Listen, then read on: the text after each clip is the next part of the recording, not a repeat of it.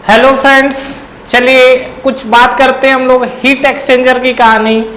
Actually heat exchanger को लेके काफ़ी सारे स्टूडेंट्स लोग में डाउट रहता है और स्टूडेंट काफ़ी टाइम से बोल रहे थे कि सर हीट एक्सचेंजर्स के बारे में कुछ पढ़ना है हम लोगों को। तो वैसे तो हीट एक्सचेंजर एक आपका लंबा चौड़ा टॉपिक है, तो हम लोग उसको बाय पार्ट वीडियो में करके देखते हैं।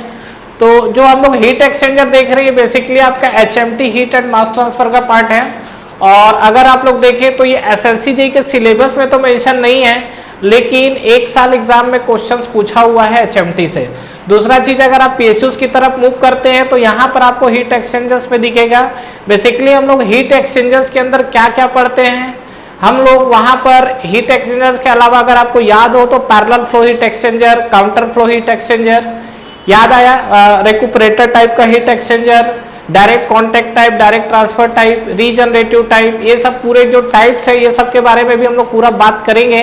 हालांकि उसके लिए मैं अलग वीडियो यूज करूंगा, लेकिन सबसे पहले हम लोग इस वीडियो में क्या देखने वाले हैं कि एक्चुअल में हीट एक्सचेंजर होता कहाँ है, होता क्या चीज है और इसका एप्लीकेशन कहाँ पर है, मतलब कहाँ पर हम लोग हीट एक्सचेंजर को यूज करते हैं।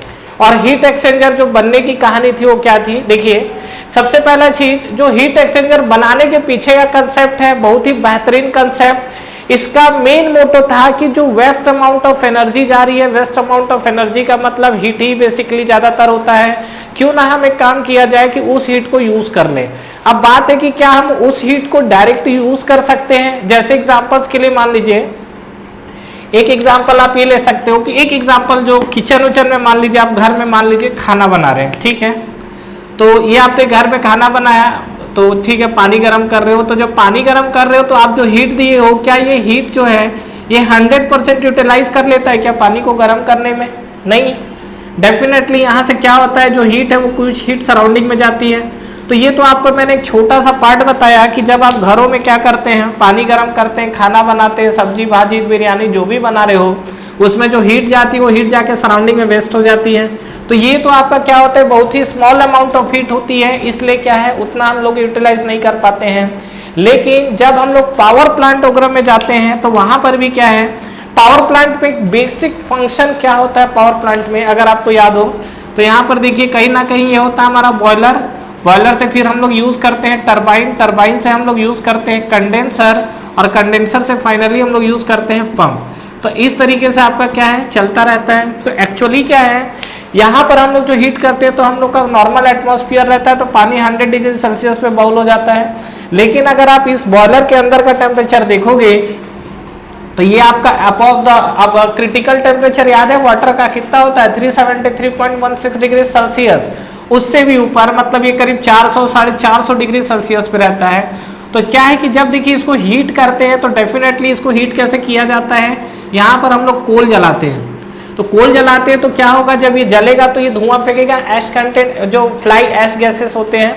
तो यहाँ पर जो गैसेस यहाँ से बाहर निकलती है उसको हम लोग बोलते हैं फ्लू गैसेस, ठीक है। फ्लू गैसेस का मतलब क्या है, आफ्टर कंबशन चैम्बर में हीटिंग के बाद जो हॉट गैसेस निकलती है उसको हम लोग फ्लू गैसेस बोलते हैं। और बेसिकली ये जो फ्लू गैसेस है डेफिनेटली इसका टेम्परेचर भी बहुत हाई होता है, ये करीब करीब आपको 200 250 300 150 इस तरीके का, जिस तरीके का आपका बॉयलर है। एक्चुअली बॉयलर भी आपका क्लासीफाई होता है उसके अकॉर्डिंग, एक लम सम डेटा मान लीजिए कि सपोज ये 200 डिग्री सेल्सियस पे अगर फ्लू गैसेस निकल रही है तो क्या इस फ्लू गैसेस को इजिली हम लोग सराउंडिंग में जाने दे दें? अगर ये 200 डिग्री सेल्सियस का फ्लू गैसेस सराउंडिंग में जाएगा तो सबसे पहला हमारा ग्लोबल वार्मिंग का इफेक्ट क्रिएट करेगा, ये तो आपका पहला चीज। दूसरा चीज, क्या जुगाड़ लगाया गया, क्यों ना काम किया जाए फ्लू गैसेस को यूज किया जाए। अब बात है कि ये गैसेस को हम लोग डायरेक्ट यूज कर सकते हैं क्या? देखो कंबशन चैम्बर से जो गैसेस निकली है मतलब डेफिनेटली ये डर्टी गैस होगी, मतलब इस गैस पे बहुत सारे क्या होगा, कार्बन पार्टिकल होगा, ऐश पार्टिकल होंगे। तो इस गैसेस को मैं क्या चाह रहा हूं कि इस गैस को मैं यूज नहीं करना चाह रहा हूं, मैं इस गैस की एनर्जी को यूज करना चाह रहा हूं।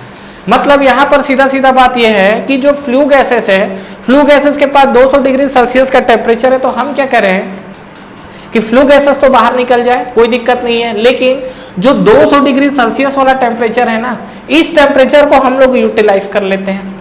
तो इसके लिए कुछ जुगाड़ लगाया गया कि क्यों ना कोई ऐसा कुछ जुगाड़ लगाया जाए कि अगर हम लोग चाहे फ्लू गैसेस हमारे काम का नहीं है, लेकिन इन केस हो सकता है कि हमारे काम का होगा तो हम वो भी यूटिलाइज कर लेंगे, अदरवाइज केवल एनर्जी को लेना हो तो एनर्जी को यूटिलाइज कर लेंगे। तो इसके लिए एक आपका डिवाइस तैयार किया गया जिसको हम लोग बोलते हैं हीट एक्सचेंजर। ठीक है, हीट एक्सचेंजर में अगर आप बेसिकली आप देखेंगे तो क्या होता है, हीट एक्सचेंजर में एक ये आपका मान लीजिए इस तरीके का एक close chamber, not close chamber, यहाँ पर आपका क्या होगा, ये आपकी जो गैसेस हैं एक तरीके से यहाँ से फ्लो होती हैं, ये जो आपकी गैसेस फ्लो होंगी, ये आपकी गैसेस कुछ इस तरीके से फ्लो होंगी, यहाँ पर एक गैसेस और यहाँ पर ये आपकी दूसरी गैसेस फ्लो होंगी इस कंडीशन पे। अब ये गैस आपका किस तरीके से फ्लो हो रहा है, देखिए यहाँ पर जो आपका जा रहा है डेट इज द, ये आपका जो है ये आपका हॉट गैसेस, ठीक है, यहाँ पर आपका जा रहा है हॉट गैसेस, और ये जो आपका फ्लो हो रहा है ये जस्ट एक पाइप में फ्लो हो रहा है, ध्यान रखिएगा, डिपेंड करता है। तो यहाँ से ये आपका क्या है कि पाइप में फ्लो हो रहा है इस तरीके से, और यहाँ भी आपका क्या है ये एक पाइप में फ्लो हो रहा है इस तरीके से ये। तो यहाँ पे अगर आप देखोगे तो यहाँ पर ये हॉट गैसेस है, और हॉट गैसेस यहाँ पर क्या है इंटर कर रही है, और हॉट गैसेस यहाँ पर एग्जिट कर रही है। ठीक उसी तरीके से देखो, हॉट गैसेस लिखने से बेटर है मैं हॉट फ्लूइड लिख देता हूँ, बिकॉज फ्लूइड में आपका लिक्विड और गैस दोनों आता है, और जो भी चीज फ्लो होगा उसके लिए आप हीट एक्सचेंजर लगा सकते हो। तो बेसिकली आप लोग इसको फ्लूइड के लिए यूज करेंगे, ये आपका हॉट फ्लूइड हो गया, और यहाँ पर जो आपका जा रहा है ये आपका क्या बना, ये आपका बना कोल्ड फ्लूइड। तो यहाँ पर देखिए अगर आप देखेंगे तो आपको क्या क्या चीजें दिख रही है, ये आपका जो हीट एक्सचेंजर डिवाइस है, तो heat exchanger just like a close chamber होता है। अगर आप सीधा सीधा समझिए तो जो हमारा हीट गैसेस हीट एक्सचेंजर है, हीट एक्सचेंजर में जस्ट लाइक एक चैम्बर होता है। उस चैम्बर में क्या होता है, देखिए इस तरीके से हमारा कोई चैम्बर है, यहाँ पर क्या होता है ये आपकी गैसेस फ्लो होगी एक, ठीक है, दूसरी गैसेस आपकी यहाँ से फ्लो होगी। अब आपको मैं क्या बोला, जैसे मान लीजिए मैं फ्लू गैसेस की बात कर रहा था, कोई दिक्कत नहीं है, आप फ्लू गैसेस को यहाँ से निकालिए और फ्लू गैसेस को पास करिए, पास करने के बाद यहाँ से फ्लू गैसेस को बाहर निकाल दीजिए। लेकिन जब पास करेगा तो ये हीट होगा, तो क्यों ना एक काम किया जाए, वो जो वेस्ट अमाउंट ऑफ हीट था उसको हम लोग कहीं यूटिलाइज करना चाह रहे हैं। मान लीजिए पानी गर्म करना है, अब जैसे मान लीजिए कि पानी जो गर्म करोगे, वाटर गर्म करोगे, बॉयलर में जाके गर्म ही तो करना है, तो उसको अगर पहले से गर्म करके भेज दोगे तो बॉयलर में हीट सप्लाई कम हो जाएगा। तो यहाँ पे हम लोग क्या करते हैं, ये आपका वाटर जो है, इस वाटर को हमने क्या किया, इस लाइन में इधर सप्लाई कर दिया। तो ये आपका जो था ये आपका बना यहाँ पे क्या, ये आपका बना हॉट फ्लूइड, ठीक है, और ये आपका जो नीचे बना ये बना आपका कोल्ड फ्लूइड। तो बात ये है कि ये जो हमने है इसको मैंने अपोजिट क्यों फ्लो कराया, यहाँ भी करा सकता हूँ, बिल्कुल करा सकता हूँ, कोई दिक्कत नहीं है। इसी में आपका क्या क्लासीफाई होता है पैरेलल फ्लो, काउंटर फ्लो, जिसके बारे में मैं नेक्स्ट वीडियो में बात करूंगा, इस वीडियो में नहीं, वीडियो लेंथी होगा। इसमें हम लोग जो फिलहाल बात करते हैं हीट एक्सचेंजर्स को लेके, इसमें हम लोग देखते हैं तो हीट एक्सचेंजर्स बेसिकली क्या है, हीट का एक्सचेंज करना। मतलब आपको इसका मेन मोटो है हीट एक्सचेंजर को यूज करने का कि किसी भी क्या है दो फ्लूइड्स में हीट का एक्सचेंज होगा। तो अगर ये हीट का एक्सचेंज होगा तो एक बात तो तय है कि डेफिनेटली इसमें से एक आपका फ्लूइड हॉट होगा, ठीक है, और दूसरा कोल्ड होगा। और हमेशा जो है अगर आप देखोगे तो जो आपका हीट का एक्सचेंज है वो आपको हॉट फ्लूइड से कोल्ड फ्लूइड की तरफ होगा। मतलब जो आपका हीट एक्सचेंजर होगा वो हीट एक्सचेंजर में कैसा होगा हीट का फ्लो, डेफिनेटली हॉट फ्लूइड से कोल्ड फ्लूइड की तरफ, ठीक है। अब देखिए इस सिनारियो, ये जो आपका कंडीशन चल रहा है, कुछ एग्जांपल्स लेते हैं तो वहां से चीजें समझ में आएंगी। लेकिन सीधा सीधा आपकी जानकारी के लिए पहला चीज, ये जो हम लोग लेते हैं जब इसमें हीट का एक्सचेंज होता है तो हम लोग ये मान के चलते हैं क्या कि ये जो हीट का एक्सचेंज हुआ है इसमें सराउंडिंग में कोई भी आपकी हीट नहीं गई है, सराउंडिंग में कोई भी हीट नहीं गई है। इसका मतलब ये है कि इसको हम लोग कैसा कंसिडर कर रहे हैं, इंसुलेशन। मतलब मैं ये बोल सकता हूं कि ये जो आपकी कहानी चल रही है ये आपका कैसा है, ये आपका है एडियाबैटिक। समझ में आया, ये जो आपका ये आपका कैसा है, ये एडियाबैटिकली है। तो एडियाबैटिक में आपका क्या होता है, हीट ट्रांसफर जीरो होता है, ठीक है। तो सीधा सीधा अगर हम लोग हीट एक्सचेंजर्स को डिफाइन करना चाहें तो बोला जा सकता है क्या, एडियाबैटिकली मिक्सिंग चैम्बर, ठीक है। मिक्सिंग चैम्बर में देखिए क्या होता है, डायरेक्ट भी आपका ट्रांसफर होता है हीट और इनडायरेक्टली भी हीट ट्रांसफर होता है। तो अगर आप इसमें बात करोगे तो अगर डायरेक्ट मिक्सिंग हो रही है, इनडायरेक्ट मिक्सिंग हो रही है, वो तो आपका क्लासिफिकेशन की बात है। तो हीट एक्सचेंजर में सीधा सीधा आपको वर्ड यूज क्या करना है, एडियाबैटिकली मिक्सिंग चैम्बर, ठीक है। ये हमने क्या लिखा है, this is the adiabatically mixing chamber. तो ये जो आपको निकल कर आया हुआ है ये आपको कहीं ना कहीं हीट एक्सचेंजर्स को डिफाइन कर रहा है। अगर आप एग्जांपल्स लोगे तो एग्जांपल्स में आपको काफी सारे एग्जांपल्स दिखते हैं। तो मैं आपको फिलहाल यहाँ पे कुछ एग्जांपल्स ले रहा हूँ, वहां से आपको चीजें क्लियर हो जाएंगी। जैसे एक एग्जांपल ले रहा हूँ, ये पावर प्लांट का एग्जांपल है, लेकिन बहुत ज्यादा इंपॉर्टेंट क्वेश्चन है, ये आपसे पावर प्लांट में भी एग्जाम्स में पूछा हुआ क्वेश्चन है। क्या, देखिए याद है मैंने फ्लू गैसेस की बात की थी। फ्लू गैसेस आपका क्या था, जो आपको याद है, तो फ्लू गैसेस क्या था आपका, फ्लू गैसेस कहां से निकल कर आ रहा था, ये जो आप देखेंगे तो यहां पर आपको कहीं ना कहीं फ्लू गैसेस निकल कर आ रही थी, और फ्लू गैसेस आपका ये आ रहा था कंबशन चेंबर में, जिसका टेम्परेचर बहुत हाई था। तो इसको हम लोग क्या करते हैं, इसको हम लोग भेजते हैं कहां पर, इकोनोमाइजर में। व्हाट इज इकोनोमाइजर, इकोनोमाइजर जो होता है आपका, ये फ्लू गैसेस की हीट को क्या करेगा, वाटर को दे देगा। तो इकोनोमाइजर में बेसिकली क्या होता है, फ्लू गैसेस और वाटर के बीच में हीट एक्सचेंज होता है, ठीक है। और यहां से जब आप आगे बढ़ोगे, फ्लू गैसेस से जब आप आगे निकलोगे, तो फ्लू गैसेस से इकोनोमाइजर, इकोनोमाइजर से आपका पास कहां पर होगा, ये आपका जाएगा एयर प्री हीटर, ठीक है, एयर प्री हीटर। तो ये आपका एयर प्री हीटर है, जहां पर क्या होगा, फिर से ये जब फ्लू गैसेस पास होगी, तो इकोनोमाइजर में बेसिकली क्या कर रहा था, ये जो फ्लू गैसेस है और ये वाटर और फ्लू गैसेस के बीच में क्या हो रहा था, हीट का एक्सचेंज हो रहा था। एयर प्री हीटर में क्या होगा, एयर एंड फ्लू गैसेस के बीच में क्या होगा, आपका हीट का एक्सचेंज होगा। और इससे भी पहले अगर आप फ्लू गैसेस को देखना चाहते हो, तो एक आपका होता है सुपर हीटर, ठीक है, ये जो आपका होता है सुपर हीटर, सुपर हीटर से भी आपकी फ्लू गैसेस पास होती है, जो क्या करता है, जो स्टीम आती है उस स्टीम को सुपर हीटेड स्टीम में कन्वर्ट करता है। तो ये सब हम लोग पावर प्लांट में डिटेल में पढ़ेंगे। फिलहाल अगर आप इसके एग्जांपल देखेंगे तो एग्जांपल्स आपको क्या क्या दिख सकता है उस पर हम लोग बात कर लेते हैं। तो ये तो फर्स्ट आपका एग्जांपल है इकोनोमाइजर। ये अगर आप बात करेंगे तो इकोनोमाइजर कुल मिला के क्या है, हमको वेस्ट अमाउंट ऑफ हीट को यूटिलाइज करना है। तो ये जो हमारा इकोनोमाइजर है, इकोनोमाइजर में किसके किसके बीच में आपका हीट का ट्रांसफर होता है, कहां से, फ्लू गैसेस टू वाटर, ठीक है। ये जो एग्जांपल है, ये सब एग्जांपल्स आपसे एग्जाम्स में पूछे जाते हैं, फ्लू गैसेस टू वाटर, ठीक है। दूसरा अगर आप बात करोगे तो सेकंड है आपका, बताइए क्या होगा, सुपर हीटर भी बोल सकते हो। सुपर हीटर में क्या होता है आपका, फ्लू गैसेस टू स्टीम। ये जो सा आपका सुपर हीटर है, तो सुपर हीटर में अगर आप देखोगे तो इसमें आपको क्या मिलेगा, ये आपको मिलेगा फ्लू गैसेस, ठीक है, ये आपको मिलेगा flue gases to steam. Clear है यहाँ तक। उसी तरीके से आप बात करोगे थर्ड पॉइंट को लेके, तो आपका एयर फ्री हीटर। तो एयर प्री हीटर का बेसिक फंक्शन क्या होता है, एयर प्री हीटर जो है ये भी आपका क्या करेगा, फ्लू गैसेस एंड एयर के बीच में, तो ये आपका ट्रांसफर करेगा क्या, फ्लू गैसेस टू एयर। कहानी क्लियर है यहाँ तक। तो ये आपके कुछ एग्जांपल्स और सुनिए। याद है हम लोग पावर प्लांट पे मैंने अभी डायग्राम बताया था, तो उसमें मैंने कंडेंसर लिखा हुआ था, लिखा था, बॉयलर था, फिर टरबाइन था, फिर कंडेंसर। कंडेंसर क्या करता है, कंडेंसर है, कूलिंग टावर है, ये सब चीजें क्या करता है, ये डायरेक्ट आपका जो वाटर है उस वाटर को क्या करता है, एटमॉस्फेयर में डायरेक्ट वो क्या करता है, मिक्सिंग करता है। तो अगर आप बात करते हैं कंडेंसर कूलिंग टावर को लेके, तो कंडेंसर के साथ भी ये भी एक तरीके का हीट एक्सचेंजर है। नेक्स्ट आप बात करोगे कूलिंग टावर, तो कूलिंग टावर भी क्या है, एक तरीके का हीट एक्सचेंजर है, ध्यान रखिएगा। तो ये सब आपके जो चीजें हैं, ये सब आपका कहीं ना कहीं हीट एक्सचेंजर की तरफ बिहेव कर रहा है। यहाँ से जो आपसे एग्जाम्स में क्वेश्चंस पूछेगा वो यही सब पूछेगा जो आपको ध्यान रखना है। और दूसरा एक चीज ध्यान रखिएगा कि हम लोग हीट एक्सचेंजर के अंदर जितनी भी एनालिसिस करने वाले हैं उसमें कहीं भी हम लोग हीट ट्रांसफर कंसिडर नहीं करेंगे। मतलब ये हॉट और कोल्ड के बीच में तो हीट ट्रांसफर होगा, इसमें कोई दो राय नहीं है।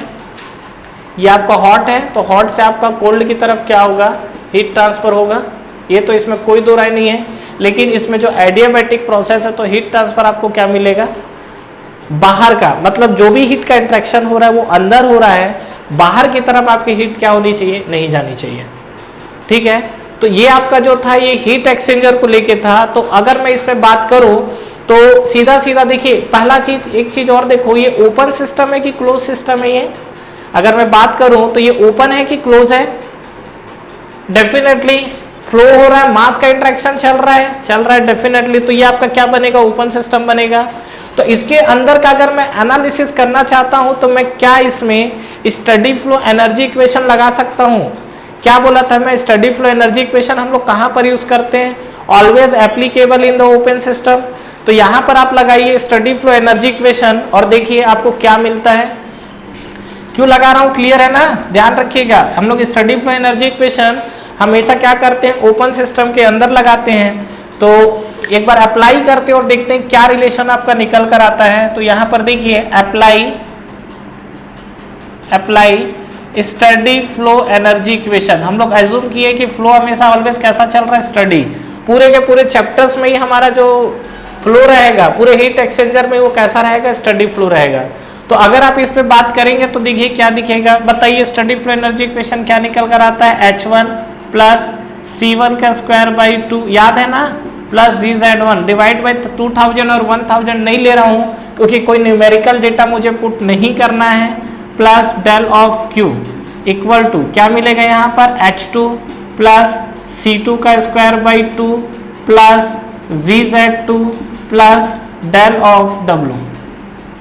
तो यहाँ पे अगर आप देखोगे तो आपको क्या दिखेंगी चीजें, ये आप देखिए H1 और C1 स्क्वायर बाई 2, ठीक है। जो हीट एक्सचेंजर है तो हीट एक्सचेंजर में हीट का ट्रांसफर क्या होता है, जीरो ही तो हम लोग मान लिए हैं, एडियाबेटिकली है। और हीट एक्सचेंजर से वर्क डन मिलता है कि नहीं मिलता हीट एक्सचेंजर से। कई लोगों को ये चीज लेके काफी ज्यादा कंफ्यूजन होता है कि कहाँ से वर्क मिलता है कहाँ से नहीं मिलता है। हालांकि मैंने इस चीज को स्टडी फ्लो एनर्जी इक्वेशन में पूरा डिटेल में बताया था, बट फिर भी एक बार और आपको बता दे रहा हूं कि कभी भी आपको किसी भी डिवाइस पे ओपन सिस्टम है और उसमें वर्क ट्रांसफर को आप देखना चाहते हैं तो आप उसके अंदर ये देखिए कि उसके अंदर कोई मूविंग पार्ट्स है कि नहीं है। अगर किसी भी डिवाइस के अंदर कोई मूविंग पार्ट्स होगा तो डेफिनेटली वो क्या होगा, उसके अंदर वर्क का इंटरेक्शन होगा, अदरवाइज नहीं होगा। मतलब किसी भी डिवाइस के अंदर कुछ रेसिप्रोकेटिंग या मूविंग या रोटेटिंग पार्ट्स होने चाहिए, तब उसमें वर्क का इंटरेक्शन होता है। जैसे आपका बॉयलर है, बॉयलर में आपका कोई भी मूविंग डिवाइस नहीं होता है तो वहां पर वर्क ट्रांसफर जीरो। टरबाइन है, उसके अंदर ब्लेड घूमता है, शाफ्ट घूमता है तो वर्क का इंटरेक्शन होगा। कंप्रेसर के अंदर ब्लेड घूमते हैं, वर्क का इंटरेक्शन होगा। हीट एक्सचेंजर में आपका कोई भी डिवाइस है क्या जो ऐसा रोटेटिंग है, जो घूम रहा है, नहीं है, तो डेफिनेटली यहां पर देखोगे तो आपको वर्क ट्रांसफर भी क्या मिल जाएगा, जीरो। क्लियर। अब देखिए यहां पे अगर हम लोग बात करें तो जो इंट्रेंस जो वेलोसिटी है, जो आपका देखिए C1 और जो C2 आपकी वेलोसिटी है, तो ये कहीं ना कहीं आप देखोगे तो चेंज इन जो आपकी काइनेटिक एनर्जी है उसको भी हम लोग क्या मान लेते हैं, जीरो। मतलब लमसम जिस वेलोसिटी तक, ध्यान रखिएगा मैंने यहाँ पर वेलोसिटी जीरो नहीं किया है, ठीक है, ये याद रखिएगा, मैंने वेलोसिटी जीरो नहीं किया। वेलोसिटी जीरो करने का मतलब कि आपने फ्लो कराना ही बंद कर दिया है। मैंने यहाँ पर change in kinetic energy zero ली है। Change in kinetic energy zero लेने का मतलब ये है कि जो आपकी वेलोसिटी इनिशियल में थी that is equal to final velocity, ठीक है। ये ऑलमोस्ट जो है इनिशियल, अब देखो यहां से जब फ्लो यहां पर जाएगा तो फ्रिक्शन के कारण कुछ लॉसेस होंगे, लेकिन उस लॉसेस को हम लोग को कंसीडर करने की जरूरत नहीं है। तो यहां पर क्योंकि बहुत स्मॉल चेंजेस होते हैं तो यहां पर जो C1 और C2 क्या ऑलमोस्ट आपका इक्वल है। उसी तरीके से अगर आप बात करोगे Z1 और Z2 को लेके तो Z1 is almost equal to Z2। मतलब यहाँ आप देखोगे तो Z1 और Z2 क्या है, यहाँ पर ये भी आपके ऑलमोस्ट क्या है, इक्वल है। तो अगर आप इस केस में आओगे तो आपको क्या दिखेंगी चीजें, देखिए यहाँ पर C1 is almost equal to C2, Z1 is almost equal to Z2। तो यहाँ पर कहीं ना कहीं आप देखोगे तो ये वाले टर्म्स की भी कहानी खत्म है, Z1 Z2 and C1 C2, ठीक है। तो अगर आप देखोगे तो क्या ये प्रोसेस को आप आइसेंथैल्पी घोषित कर दोगे, ऐसा नहीं है। देखिए यहाँ H1 और H2 जब आप बाहर निकालोगे तो ये आपको दिखेगा H1 माइनस H2, दिखा, इक्वल टू आपको क्या दिख रहा है, इधर ट्रांसफर कर दिए तो जीरो। तो फाइनली अगर आप देखोगे तो यहाँ पर आपका क्या है, चेंज इन एंथैल्पी जो आपको मिल रहा है वो जीरो मिल रहा है। तो देखिए ये पर्टिकुलर आपने जो निकाला हुआ है ये किसी एक फ्लूइड के लिए निकाला हुआ है, ध्यान रखिएगा क्या बोल रहा हूँ, किसी एक फ्लूइड के लिए निकाला हुआ है। अगर मैं इसी तरीके से, ये तो आपका जस्ट एक मतलब किसी एक पाइप के अंदर फ्लो हो रहा था उसकी बात कर रहा था, लेकिन मान लीजिए कि अगर आप ये वाली जो कंडीशन है दोनों फ्लूइड के लिए लगाते हैं तो क्या मिलेगा। तो यहाँ पर देखिए आपको क्या मिलेगा, बात करते हैं। तो यहाँ पर ये जो आपका फ्लूइड जो दिख रहा है ये वाला पोजीशन पे, मान लीजिए आप इस पे लगाते हो तो एक बार स्टडी फ्लो एनर्जी इक्वेशन लगाओगे तो ये आपको पॉइंट मिलेगा 1 और ये आपको पॉइंट मिलेगा 2। उसी तरीके से जब आप यहाँ स्टडी फ्लो एनर्जी इक्वेशन लगाओगे तो पॉइंट मिलेगा 1, पॉइंट मिलेगा 2, यही है। तो आप देखिए दोनों 1 to 1 to कुछ इस तरीके से डिफाइन हो जा रहे हैं। तो ये जो हमने अभी डेल एच निकाला ये पर्टिकुलर एक जो पाइप के अंदर फ्लो हो रहा है उसके लिए निकाला हुआ है। तो चाहे आप इसको हॉट फ्लूइड कंसीडर कर लो, चाहे आप इसको कोल्ड फ्लूइड कंसीडर कर लो। क्या बोल रहा हूं कि चाहे आप इसको हॉट फ्लूइड ले लीजिए, चाहे आप इसको कोल्ड फ्लूइड ले लीजिए। तो अगर आप बात करेंगे इसके लिए तो आपको फाइनली कंक्लूजन क्या निकल कर आएगा, देखिए एक एग्जांपल के लिए यहां पर जैसे मान लीजिए हॉट फ्लूइड इंटर कर रहा है तो इसको मैं ले लेता हूं THI, ठीक है। तो THI बेसिकली आपको बुक्स में भी ऐसा रिप्रेजेंटेशन दिखेगा, तो वही देख रहा हूं। और TH2 जो यहां पर निकल रहा है तो हॉट फ्लूइड का एग्जिट है तो THE, ठीक है, एग्जिट टेम्परेचर है हॉट फ्लूइड का। उसी तरीके से इसको क्या लिखो बताइए, इसको हम लोग लिख सकते हैं TCI कोल्ड फ्लूइड इंटर, और यहां पर हम लोग लिख सकते हैं cold fluid exit that is TCE, जहां पे कोल्ड फ्लूइड आपका क्या है एग्जिट हो रहा है।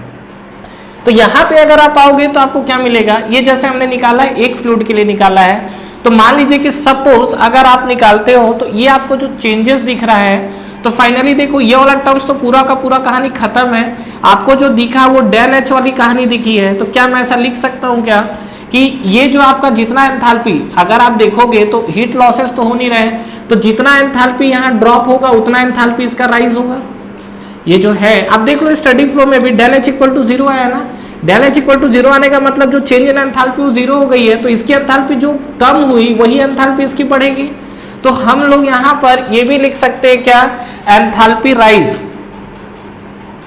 यहां पे आप देखिए तो आप इसको ये भी लिख सकते हो क्या, this is the enthalpy rise of, sorry enthalpy rise of cold fluid, ठीक है, इक्वल टू क्या मिलेगा आपको, एंथैल्पी राइज, एंथैल्पी ड्रॉप, ठीक है, enthalpy drop in hot fluid.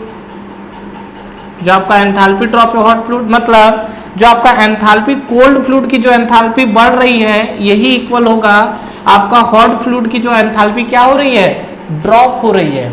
तो अगर आप इस केस में आओगे तो आपको क्या चीजें दिखेंगी, देखो एंथैल्पी राइज आपका कोल्ड फ्लूइड का अगर बात करेंगे तो ये हम लोग लिख लेते हैं del H of cold fluid का, ठीक है, डेट इज इक्वल टू क्या लिख सकते हैं, del H of hot fluid, ये हम लोग लिख सकते हैं। तो यहां पे अगर आप बात करोगे तो डेल एच, अच्छा ये जो हीट एक्सचेंजर है इसमें आपकी मिक्सिंग जो एडियाबेटिकली चल रही है, और हमेशा इसमें जो हम लोग प्रोसेस लेते हैं एडियाबेटिक तो लेते हैं, और ये किस पे काम करता है, ये काम करता है आपका कांस्टेंट प्रेशर पे। इस चीज को हमेशा ध्यान रखिएगा। क्या मैं आपको पहले भी बता चुका हूं कि कभी भी जब आप कांस्टेंट प्रेशर पे मिक्सिंग करते हो तो उस केस में आपका क्या होता है, जो लॉसेस होते हैं वो बहुत कम हो जाता है।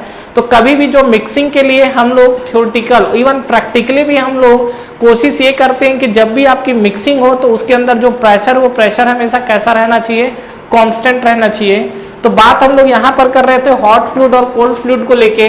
तो यहाँ पे अगर आप देखेंगे तो इस पार्ट को रफ कर दिया जाए थोड़ा, तो यहाँ पे अगर आप देखोगे तो आपको क्या दिखेंगी चीजें, यहाँ पे अगर हम लोग देखें तो यहाँ पर हम लोग बोल सकते हैं डेल एच, तो ये कांस्टेंट प्रेशर पे, बताइए कांस्टेंट प्रेशर पे चेंज इन एंथैल्पी को हम लोग क्या लिखते हैं, जो कांस्टेंट प्रेशर होता है कांस्टेंट प्रेशर पे चेंज इन एंथैल्पी को क्या लिखा जाता है, भूल गए, थर्मोडायनेमिक्स में सब पढ़ाया हुआ चीजें हैं। Change in enthalpy at constant pressure del H equal to M CP DT, याद आया, ठीक है। तो del H of hot fluid को हम लोग क्या लिखेंगे, इसको हम लोग लिखेंगे डेल एच ऑफ जो कोल्ड फ्लूइड है हमने लिखा एम सीपी टीटी, किसके लिए है ये है आपका कोल्ड के लिए, डेट इज इक्वल टू क्या लिखेंगे, एम सीपी dt, किसके लिए, ये हम लोग लिखेंगे हॉट फ्लूइड के लिए। तो ये जो आपका है ये आपका बना हॉट फ्लूइड। तो ये बताओ कि जब हम लोग dt की बात कर रहे हैं तो dt आपका क्या है, यह कोल्ड के लिए है, तो इसको हम लोग लिख सकते हैं m, यहां पर हम लोग लिखेंगे cp, और जो dt की बात कर रहा हूं dt क्या है आपका, dt ये वाला पोजीशन पे है, ये आपका कोल्ड एग्जिट है और ये कोल्ड क्या है, इनलेट है। तो यहाँ पर हम लोग लिख सकते हैं क्या, TC inlet minus, sorry TC exit minus TC inlet, ठीक है, dt equal to mCp dt। तो mCp dt टेम्परेचर डिफरेंस क्या लिखोगे, THE माइनस THI। तो एक चीज ध्यान रखिएगा कि इसमें जो एंथैल्पी चेंजेस हो रहा है, आप जब यहाँ पर लिखोगे क्या, TH exit minus TH inlet, तो ये वैल्यू आपको नेगेटिव मिलेगी। कैसे, क्योंकि जब आप इसको देखो एंथैल्पी राइज कोल्ड और जो राइज हो रहा है तो डेफिनेटली एक जगह ड्रॉप हो रहा है, तो ड्रॉप हो रहा है तो वहां पर वैल्यू क्या लोगे, निगेटिव लोगे।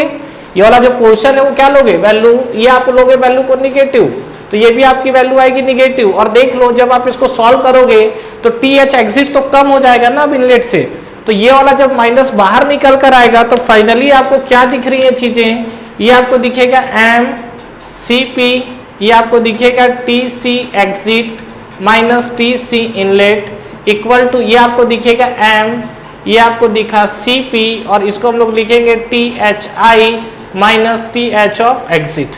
कहानी कुछ क्लियर है। अब एक चीज जो ध्यान देने लायक बात है यहाँ पर, क्या क्या MCP को कैंसिल कर दे? देखो मास का पता नहीं, CP एक कोल्ड फ्लूइड का है, एक हॉट फ्लूइड का है, तो डिपेंड करेगा कि आपका हॉट फ्लूइड और कोल्ड फ्लूइड क्या अलग अलग है कि सेम है।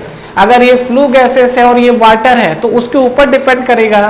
तो ऐसा नहीं है कि आप अंधाधुंध यहाँ CP को काट देंगे, तो यहाँ CP ऑफ C लिखेंगे that is for cold fluid और यहाँ CP ऑफ क्या लिखेंगे that is the hot fluid. दूसरा चीज M जो है M ऑफ CP लिखेंगे MC, what is MC, that is the mass flow rate of cold fluid और ये जो आपका आएगा क्या आएगा, हॉट के लिए आएगा, तो इसको हम लोग लिखेंगे हॉट फ्लूइड। दूसरा चीज ये मास, अभी मैं बोल रहा हूँ मास फ्लो रेट भी बोला जा सकता है क्योंकि देखिए फ्लो हो रही है, ये मास ऐसा नहीं कि रखा हुआ है, मास फ्लो हो रहा है, तो यहाँ पर आप मास फ्लो रेट दोनों जगह आप यूज कर सकते हो।